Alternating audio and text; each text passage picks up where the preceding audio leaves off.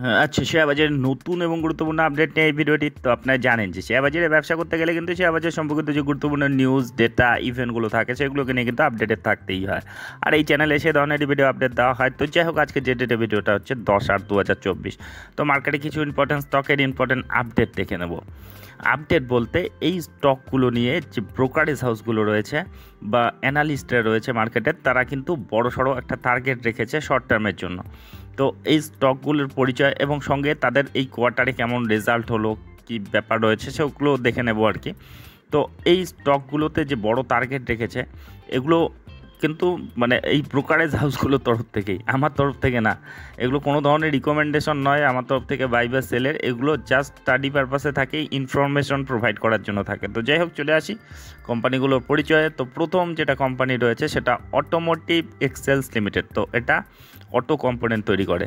তো এই কোম্পানির যদি ইদানিংয়ের রিটার্ন দেখুন গত দিনে সামান্য পজিটিভিটি দেখিয়েছে। গত এক মাসে 8%-এর মতো নেগেটিভ, গত 6 মাসে দেখলে একেবারে মানে কোনো রিটার্ন নেই অথবা নেগেটিভেও নেই। কিন্তু গত এক বছরেও 11%-এর মতো নেগেটিভ, কিন্তু 5 বছরে দেখুন 132%-এর মতো রিটার্ন। মানে বহুত দিন ধরে কিন্তু একটা কনসলিডেশন ফেজের মধ্য দিয়ে, কারেকশন ফেজের মধ্যে দিয়ে যাচ্ছে। এখনও যদি হাই থেকে দেখেন, মোটামুটি 26%-এর মতো কারেকশনে রয়েছে। তো এই স্টকটির যেটা আপডেট রয়েছে সেটা দেখে নিই। তো দেখুন যে এক্সিস সিকিউরিটি রয়েছে, যে ব্রোকারেজ হাউস রয়েছে বড়, তারা কিন্তু এই স্টকে বাই রেটিং রেখেছে। তো Axis Securities has buy call on automatic Axis with target price of 2210 টাকার কিন্তু তারা টার্গেট রেখেছে, যেটা বর্তমানে 1910 টাকায় চলছে এবং টার্গেটটা হচ্ছে 2210 টাকার টার্গেট। তো এই কোম্পানির ইদানিং তার Q1-এর ফিনান্সিয়াল রেজাল্ট বেরিয়েছে, তো সেটা দেখে নিন।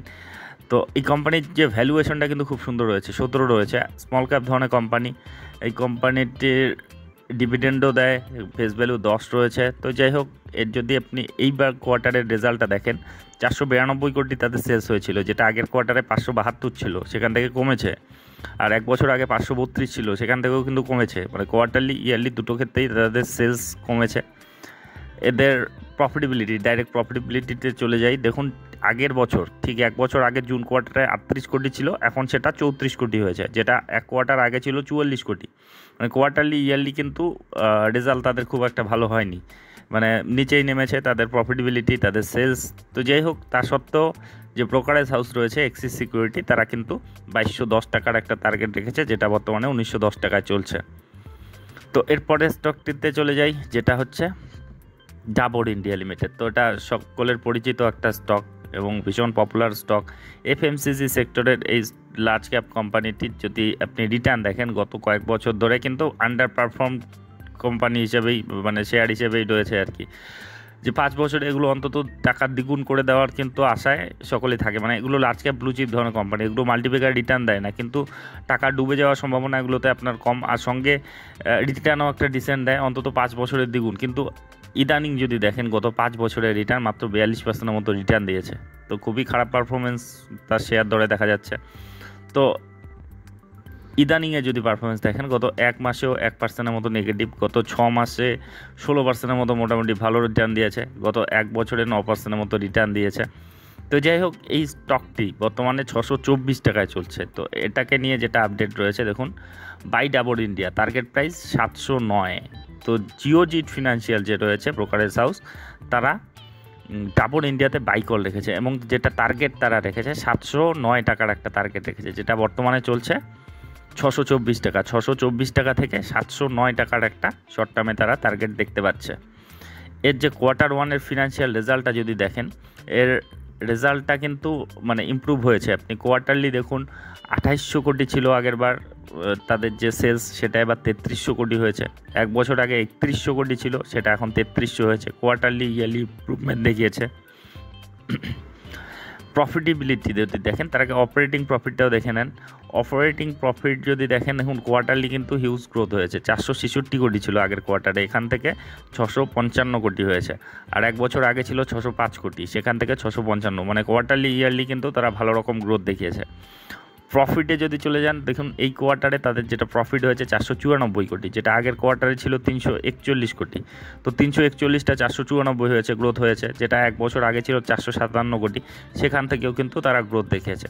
তো ওভারঅল এর যে ফিনান্সিয়াল রেজাল্টটা কিন্তু ভালোই এসেছে। এবং যার পরিপ্রেক্ষিতেই হোক মার্কেটে কিন্তু একটা পজিটিভ রিয়াকশন মানে টার্গেট রেখেছে আর কি। জিওজিৎ ফিনান্সিয়াল 709 টাকার টার্গেট রেখেছে, যেটা বর্তমানে চলছে 624 টাকায়।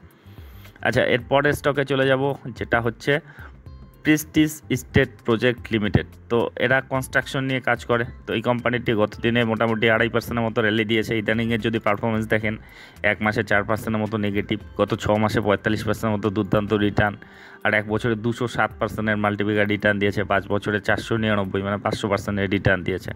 ইদানিং একটু কিন্তু কারেকশনে রয়েছে। হাই থেকে যদি দেখেন মোটামুটি 16-20% আশেপাশে কারেকশনে রয়েছে, যেটা 1713 টাকায় চলছে। তো এই স্টকটিকে নিয়ে যেটা আপডেট রয়েছে দেখুন, accumulate Prestige Estate project target price RS 1822 টাকার কিন্তু একটা বড় টার্গেট রেখেছে জিওজিৎ ফিনান্সিয়াল। এখন Geojit has accumulate call on Prestige Estate Project Limited with a target price of 1822, যেটা বর্তমানে চলছে 1713 টাকায়। 1713 টাকা থেকে 1822 টাকার একটা কিন্তু তারা শর্ট টার্মে টার্গেট দেখতে পাচ্ছে। যেটার ফিনান্সিয়াল রেজাল্টটাও যদি দেখে নেন কোয়ার্টার ওয়ানের, দেখুন এই কোয়ার্টারে তাদের যেটা প্রফিট হয়েছে 1862 কোটি, এটা প্রফিট না সেলস। তো 1862 কোটি সেলস হয়েছে, যেটা আগের কোয়ার্টারে 2164 কোটি ছিল। 2164টা 1862 হয়েছে, কমে গিয়েছে। কিন্তু ইয়ারলি দেখলে 1681 থেকে 1862 হয়েছে, মানে ইয়ারলি দেখলে কিন্তু গ্রোথ রয়েছে। অপারেটিং প্রফিট যদি দেখেন 522 কোটি ছিল এক বছর আগে জুন কোয়ার্টারে, এখন সেটা 784 কোটি। তো খুব ভালো রকম গ্রোথ দেখিয়েছে। কোয়ার্টারলি কিন্তু একটু নিচে নেমেছে, 828 কোটি থেকে 784 হয়েছে, তো সামান্য কিন্তু নিচে নেমেছে। তো কোয়ার্টারলি এগুলো আপ ডাউন হয়। তো এখন যদি প্রফিটে দেখেন, প্রফিট কিন্তু মানে সব কিছু অ্যাডজাস্টমেন্ট সব ঠিকঠাক করে এক বছর আগে সেটা ছিল 318 কোটি, সেখান থেকে কিন্তু কমে গিয়েছে 307 কোটি হয়েছে, সামান্য কমে গিয়েছে ইয়ারলি দেখলে। আর কোয়ার্টারলি দেখলে 236টা 307 হয়েছে, কোয়ার্টারলি আবার ইমপ্রুভমেন্ট রয়েছে। তো যাই হোক, একটা মিক্সড রেজাল্ট মানে দেখা গিয়েছে। তো তা সত্ত্বেও আর কি এই কোম্পানিতে একটা বড় টার্গেট রেখেছে ব্রোকারেজ হাউসগুলো, তো যার মধ্যে 1713 টাকা থেকে 1822 টাকার একটা টার্গেট রেখেছে। আচ্ছা, এর পরের স্টকটিতে চলে যাব, যেটা হচ্ছে লুপিন লিমিটেড। তো ফার্মা সেক্টরের একটা পরিচিত নাম। তো এর আগের দিনও কিন্তু খুব ভালো রকম পারফরমেন্স দিয়েছে, 3%-এর মতো। ইদানিংয়ের পারফরমেন্স যদি দেখেন, গত এক মাসে 15%-এর মতো সুন্দর রিটার্ন দিয়েছে, গত 6 মাসে 32%-এর মতো সুন্দর রিটার্ন দিয়েছে, আর এক বছরে 94%-এর মতো দুর্দান্ত রিটার্ন দিয়েছে, আর 5 বছরের রিটার্ন দেখলে 178%-এর মতো। তো 2115 টাকায় চলছে। তো এই কোম্পানিটি একটা লার্জ ক্যাপ কোম্পানি।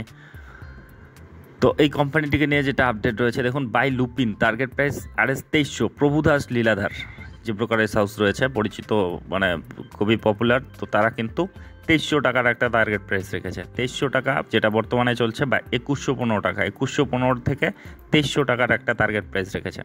তো এর যদি আপনি কোয়ার্টার ওয়ানের ফিনান্সিয়াল রেজাল্টটাও দেখেন, দেখুন এবার কিন্তু তারা গ্রোথ দেখিয়েছে। দেখুন সেলস যদি দেখেন 4900 কোটি, 4961 কোটি ছিল আগের কোয়ার্টারে, এটা এখন 5600 কোটি হয়েছে। আর এক বছর আগে 4800 ছিল, সেখান থেকে 5600 হয়েছে। তো কোয়ার্টারলি ইয়ারলি দুটো ক্ষেত্রেই কিন্তু সেলসে তারা গ্রোথ দেখিয়েছে। অপারেটিং প্রফিটে যদি দেখেন, সেখানেও গ্রোথ রয়েছে। 856 কোটি ছিল এক বছর আগে, এক কোয়ার্টার আগে ছিল 997 কোটি, আর এবার 1241 কোটি, মানে ভালো রকম কিন্তু গ্রোথ দেখিয়েছে। যার পরিপ্রেক্ষিতে তার মার্কেটও কিন্তু ভালো রকম রিয়াকশন দিয়েছে। প্রফিটেবিলিটি, নেট প্রফিটে যদি চলে যান, 453 কোটি ছিল এক বছর আগে, সেখান থেকে হিউজ গ্রোথ দেখিয়েছে, 306 কোটি, 806 কোটি, 453 থেকে 806 ইয়ারলি, আর কোয়ার্টারলি 368 থেকে 806, মানে দ্বিগুণ হয়ে গিয়েছে কোয়ার্টারলি দেখলে, তার চেয়ে বেশি হয়ে গিয়েছে।